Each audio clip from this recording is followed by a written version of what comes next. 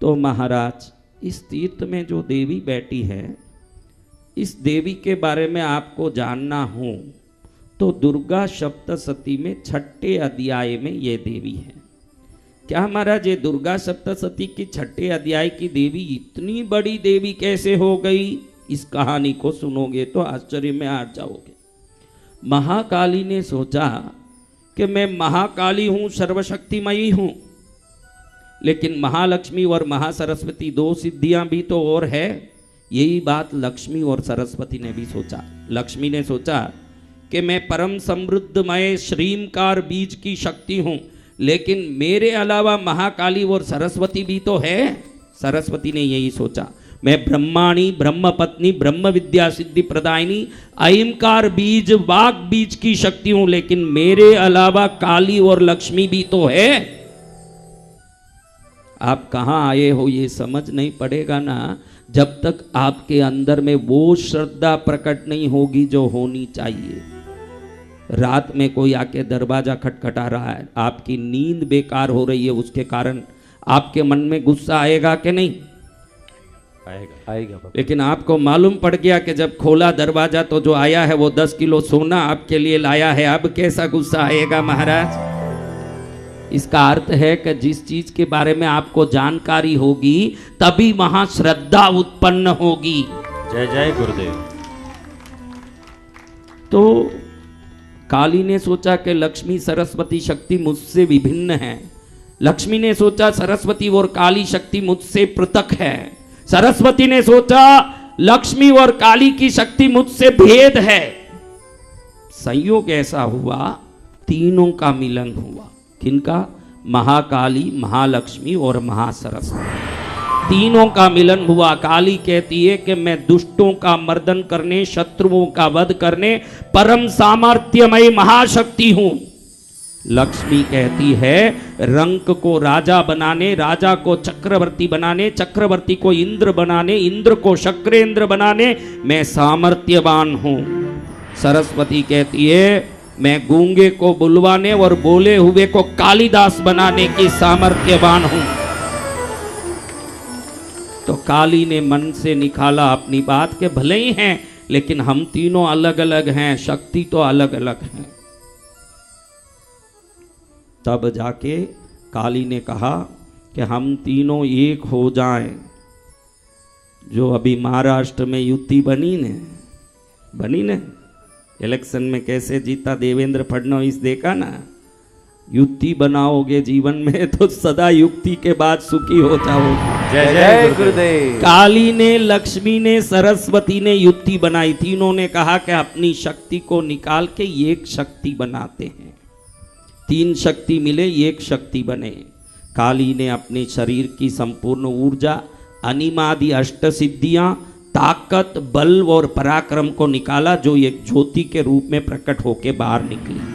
लक्ष्मी ने अपनी समृद्धि देने की ताकत, धन देने की ताकत और परम सामर्थ्य को बाहर निकाला। वो ज्योति इस ज्योति में जाके विलीन हुई। पहली ज्योति थी नील वर्ण ज्योति, दूसरी ज्योति थी पीला वर्ण का ज्योति, तीसरा सरस्वती ने अपने महाज्ञान और अनंत विद्याओं की सिद्धि और सर्व वैभव को निकाल के इस ज्योति में श्वेत वर्ण ज्योति को मिलाया। ये तीनों ज्योतियां एक बनी जाकर के वो ज्योति हाथ में पाश, काली का चिन्ह, अंकुश सरस्वती का चिन्ह, कमल लक्ष्मी का चिन्ह और फल तीनों का मिलाया फलदायी चिन्ह, ये चारों चिन्ह लेके खड़ी हुई। तीनों प्रसन्न हो गई शक्ति के हम तीनों की शक्ति एक हो गई।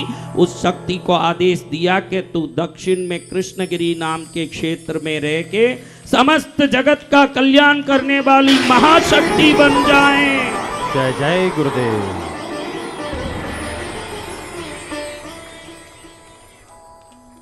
जब आकाश से निकली ये शक्ति चारों तरफ पहाड़ियों को ढूंढते हुए यहाँ आके स्थापित हुई। ये महाकाली, महालक्ष्मी, महासरस्वती मई ये दिव्य शक्ति यहाँ स्थापित हो गई। इसलिए विश्व में सर्वोत्तम ये शक्ति जिसको ज्ञान चाहिए बच्चे आज यहाँ आके आईएएस कितने ही लोग बन गए, आईपीएस बन गए, बड़े बड़े ऑफिसर, पुलिस वाले बन गए, आर्मी में चले गए, बड़े बड़े काम। और काली की शक्ति यहाँ ऐसे काम करे जो यहाँ दर्शन करने वाले के शत्रुओं के मुंह चकनाचूर हो जाए। और लक्ष्मी की शक्ति ऐसी करती है काम के बोलने की जरूरत नहीं। कल एक आदमी बोल रहा था कि नवरात्रि में जब मैं आया तो मेरे टिकट के ठिकाने नहीं थे। कल आपने सुना ना, किसने सुना? नवरात्रि में जब मैं आया मेरा टिकट का ठिकाना नहीं। 2 महीना भी नहीं हुआ, अक्टूबर 30 को यहाँ से गया, दिसंबर 30 तो आज आ रहा। अब मेरे घर में कोई चीज की कमी नहीं है। जय हो, जय हो। कैसे कह रहा वो? क्या उसको मैंने कोई ताबीज दिया? नहीं। उसको कोई अंतर दे दिया? नहीं। माँ जगदम्बा पराशक्ति किसी भी तांत्रिक ज्योतिष यंत्र मंत्र ताबीज देने वाले पर भरोसा मत करो। भगवती कृष्णगिरी वाली पद्मावती इतनी जागृत है, श्रद्धा से कृष्णगिरी वाली। जय हो, जय हो, जय जय माँ। आमा आ तुझे दिल ने पुकारा, आमा आ तुझे दिल ने पुकारा, दिल ने पुकारा मैया तू है सहारा, दिल ने पुकारा मैया तू है सहारा। आमा आ तुझे दिल ने पुकारा, आमा आ तुझे दिल ने पुकारा। काली दोनों हाथ ऊपर, दोनों हाथ ऊपर। वाह, वाह।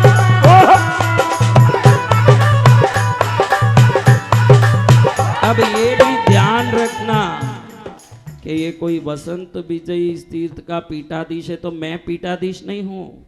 हजारों सिद्ध पुरुष पहले यहाँ साधना किए हैं। कई लोगों की इस जगह में जीव समाधियाँ हैं। कई सिद्ध पुरुषों की यहाँ पर विद्यमानता है। उन सभी महापुरुषों की शक्ति सदा यहाँ व्यापित रहती है। वही इस बच्चे को भी चला रही है, ध्यान रखना।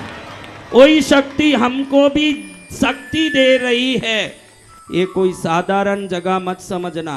रात में कई बार मैं बोलता हूँ कि नागराज के बिल के पास जाके बैठो आप लोग रात के समय।